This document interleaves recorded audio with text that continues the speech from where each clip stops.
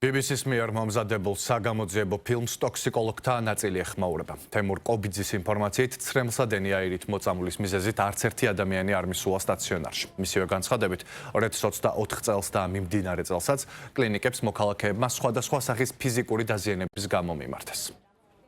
საქართველოს საავადმყოფოებში რასაკვირველია იყო მიმართვა, ოღონდ ეს მიმართვა ძირითადად განპირობებული იყო ფიზიკური დაზიანებებით, სხვადასხვა იყო პოლიცია მიმართავდა და იმითი ცრემლიდან გამაღიზიანებელი აირით მოწამვლის გამო არ მიუმართა საავადმყოფოში არავის, ვამბობ ოფიციალურ მონაცემს.